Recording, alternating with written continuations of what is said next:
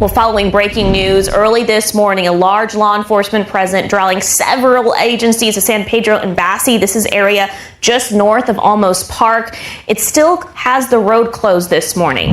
New video tonight shows the very moment that federal agents raided a nightclub on the north side last weekend. If you remember, in that case, they detained more than 150 people that the Department of Homeland Security says were in this country illegally. About the raid that saw dozens of people arrested, we're now learning that one of the area's largest law enforcement agencies was not informed about the operations taking place in the middle of the city. The scanner beeped twice, just like it had 1,000 times before at the Laredo port of entry. A beat-up refrigerated truck. Plates registered to a tomato distributor out of Nuevo Leon. Routine stop, 11:47 p.m. The Border Patrol agent tapped the window, asked for identification. The driver reached into his jacket slowly and handed over a federal badge. A real one. The agent's flashlight moved to the name. His jaw tightened. That badge belonged to DEA Special Agent Troy Callahan, a man officially declared dead 3 years ago. This single moment cracked open the largest heroin trafficking investigation in Texas border history. But to understand how we got here, we need to go back 6 weeks. Throughout the most violent areas of Dallas and the surrounding communities. During this investigation, together we've already seized 25 firearms, numerous cash, cocaine, crack cocaine, methamphetamine, and fentanyl. 4:52 a.m. A joint FBI, DEA, and ICE task force had been hunting the Sinaloa cartel's Texas logistics network for 14 months. 14 months of encrypted surveillance, ghost accounts, burned informants, and raids that somehow always hit empty buildings. The operation had a code name, Operation Iron Meridian. It had a budget of $34 million. It had 230 federal agents spread across 3 task forces from McAllen to Brownsville. And it had a problem nobody wanted to say out loud. Someone was talking. Every single time a raid was 48 hours out, the target went cold. Warehouses cleared. Safe houses vacated. Tunnels sealed. The Sinaloa cartel wasn't just surviving the pressure, they were dancing through it. Here's what nobody knew yet. Who was feeding the cartel the raid schedules? What was actually moving through those refrigerated trucks? Why did one encrypted server keep generating a folder labeled simply Meridian List?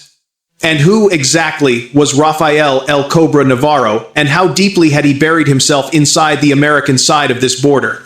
Those answers were coming, but not the way anyone expected. Keep watching. The first break at 4:32 a.m. Fidential DEA source in Nuevo Laredo photographed a subterranean ventilation shaft disguised as a utility access point behind a commercial warehouse on the Mexican side of the border. FBI analysts cross-referenced the GPS coordinates with bore samples from a 2019 utility survey. What they found underground rewrote the entire investigation. Not a tunnel city. Running beneath the Rio Grande in 3 separate branches, each one wide enough for a motorized rail cart, power lines strung overhead. Cold storage units bolted to reinforced concrete walls at 40-meter intervals, temperature controlled to 55 degrees. The Sinaloa cartel hadn't been moving heroin through checkpoints. They'd been moving it 3 stories underground at industrial scale. The refrigerated trucks were just the last 100 yards, and what they had been storing in those cold units. Analysts estimated 400 kilograms of pure black tar heroin cycling through per week. At street value, that's $2.3 million every single week for at least 18 months. And what they found on the first sealed door inside that tunnel? Keep watching, because it gets much worse than drugs. 6 hours later, FBI Cyber Command, Quantico, Virginia. 2 analysts were staring at a server image pulled from a raided Laredo stash house, a server that had been behind a false wall inside a frozen beef locker. The encryption was military-grade AES 256. It took 11 hours to crack. When it opened, one of the analysts, a 29-year-old named Priya Okafor, said she called her supervisor and couldn't finish the sentence. On the screen was a directory. Inside that directory was a file labeled Meridian List. She had been tracking that file name for 8 months across ghost accounts and darknet handshakes. She had assumed it was a drug shipment manifest. It wasn't. The Meridian List was a personnel file. 14 months of internal FBI and DEA briefing schedules. Exact times, exact locations, exact agent names, annotated with check marks for raids successfully avoided. Someone with direct access to federal law enforcement's Joint Task Force calendar had been feeding every single planned operation to Rafael El Cobra Navarro for over a year. Every raid that hit an empty warehouse, it's on this list. Priya's hands were shaking. She called her supervisor. She said 3 words. We have a mole. The digital trail led to an encrypted messaging chain, and at the top of that chain, a name, Marcus Thorne, DHS Regional Intelligence Director for the Southwest Border Division. 12-year federal career, decorated, trusted. He had attended 14 of the 22 task force briefings where raid targets were subsequently tipped off. His personal financial records, subpoenaed under emergency order, showed $1.4 million deposited across 6 shell accounts in 18 months. The deposits always cleared 72 hours after a compromised raid. The evidence was airtight, but command made a decision. They didn't arrest him yet. They let him walk in the next morning. They let him attend the briefing for Operation Iron Meridian's final phase, and they fed him false coordinates. This time, the trap was set in reverse. Pause right there. Think about what just happened. The FBI used their own mole to deceive a cartel. Guess what El Cobra did with those false coordinates? The answer is 60 seconds away. 5:23 a.m. Joint Task Force Command Center, San Antonio. The digital board showed 43 red markers pulsing across the Texas border corridor, 1,200 federal agents, 60 SWAT teams, 18 Black Hawk helicopters, DEA tactical units and ICE strike teams moving simultaneously. The real target coordinates, not the ones fed to Thorne, activated all at once. FBI breach teams hit the tunnel entrance at 4:17 a.m. Flashbangs echoed underground like cannon fire in a canyon. Agents in tactical gear moved through 300 meters of concrete corridor in under 4 minutes. The cold storage units were still running. Inside them, 847 kilograms of heroin, already packaged in vacuum-sealed bricks marked with a Cobra emblem, $21.7 million at street value. The refrigerated trucks above ground, caught mid-route on Highway 83, yielded another 110 kilograms and $3.4 million in cash bundled in agricultural wrapping. Simultaneously, a Sinaloa safe house in McAllen was breached. 41 arrests, 47 military-grade assault rifles, 9 RPGs, and body armor marked with Texas State Trooper insignia. A trafficking transit house in Brownsville yielded 22 more arrests and 16 people in desperate need of medical attention locked in a reinforced back room. 47 firearms total, 14 armored vehicles impounded, 89 arrests in total. The operation appeared complete. The numbers were historic. The press release was being drafted. But then analysts cracked the final server, the one buried deepest in the tunnel's northern branch. And what they found made the previous 14 months look like a warm-up. The false coordinates fed to Marcus Thorne had been passed to El Cobra exactly as planned, but El Cobra hadn't used them to escape. He'd used them to redirect a rival faction, a competing Sinaloa subcell operating out of Brownsville, directly into federal positions. The federal agents hadn't just raided the cartel. The cartel had deliberately engineered the raid to eliminate their own internal competition, using the United States government as the weapon. 17 of the 89 people arrested were members of a rival cell El Cobra had been at war with for 6 months. The drugs seized from the Brownsville house belonged to them. El Cobra had sacrificed a portion of his own network, the expendable part, to let federal agents do his dirty work. Rafael El Cobra Navarro was never in Texas. He watched it happen from a safe house in Culiacan, Mexico, and he walked away clean. This next part I need you to focus, because this is where it gets truly terrifying. The final server's files took 3 days to decrypt. What emerged was a corruption map that federal investigators described in internal memos as unlike anything previously documented on American soil.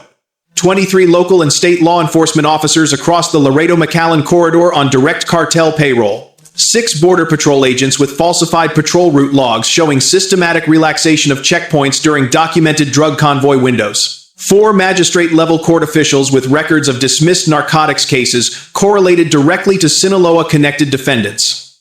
11 state contractors whose logistics companies had transported narcotics under agricultural cargo permits. Monthly payments disguised as consulting fees. Raid schedules leaked 48 hours in advance. Evidence bags documented as tampered. Witnesses relocated, then quietly made inaccessible. Marcus Thorne was arrested on October 18th in a Washington, D.C. hotel lobby. He didn't resist. He asked for his lawyer and said nothing else. A deputy who had worked alongside his own sergeant for 9 years watched that sergeant walked out of a Laredo precinct in handcuffs that same morning. He sat outside on the steps for 40 minutes, alone, didn't say a word. This wasn't a few bad apples. This was a parallel system, a second force, one that answered to the cartel, not the Constitution. T-Network appeared dismantled. 89 in custody. Thorne indicted. The tunnel sealed and flooded. $21.7 million in heroin off the street. 3 federal agencies held a joint press conference. The language used was careful but proud, historic, unprecedented, dismantled. On the steps of the federal courthouse in San Antonio, a woman stood in the crowd holding a photograph. She wasn't a reporter. She wasn't an activist. She was a mother from McAllen whose 19-year-old son, Gabriel, had died 11 months earlier from a single fentanyl-laced heroin pill traced back to this exact distribution network. She held his photo in both hands at chest height. She didn't shout. She didn't cry. She just stood there, still, making sure someone saw him. In this state alone, 2,400 overdose deaths last year. 61% involved heroin or fentanyl from networks like this one. 89 victims were rescued from trafficking situations during this operation. Investigators believe over 200 more remain missing. The numbers are not statistics. They are people. They are Gabriel. They thought it was over. And it almost was. Or so they thought. Because when the final encrypted partition on the tunnel server was fully decoded 3 days after the press conference, analysts found something that had nothing to do with drugs. Buried beneath the cartel's financial architecture was a separate directory. Inside it, weapons manifests, personnel rosters, communications logs, not for cartel soldiers. For something else entirely. An unregistered private security force, 340 personnel, organized into 3 separate units, with documented embeds inside 3 Texas state police departments. Fake credentials, real weapons, real positions, operating for at least 2 years under the cover of contract law enforcement. They weren't dealing drugs, they were positioning, building institutional access, waiting. For what? Investigators are still working to determine.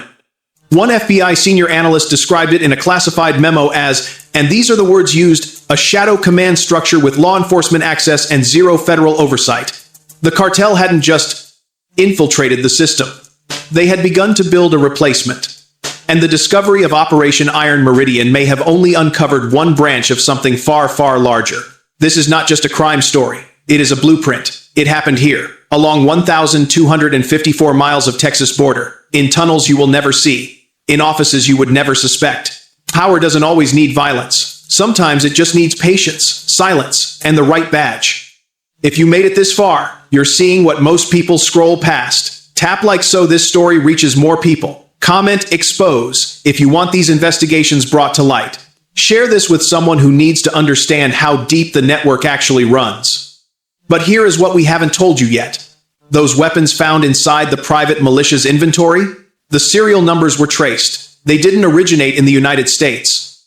They didn't come from Mexico. The procurement chain leads through 3 shell companies and terminates in Eastern Europe. That trail, that story. Part 2 drops Friday. And it will change how you see this entire operation from the beginning.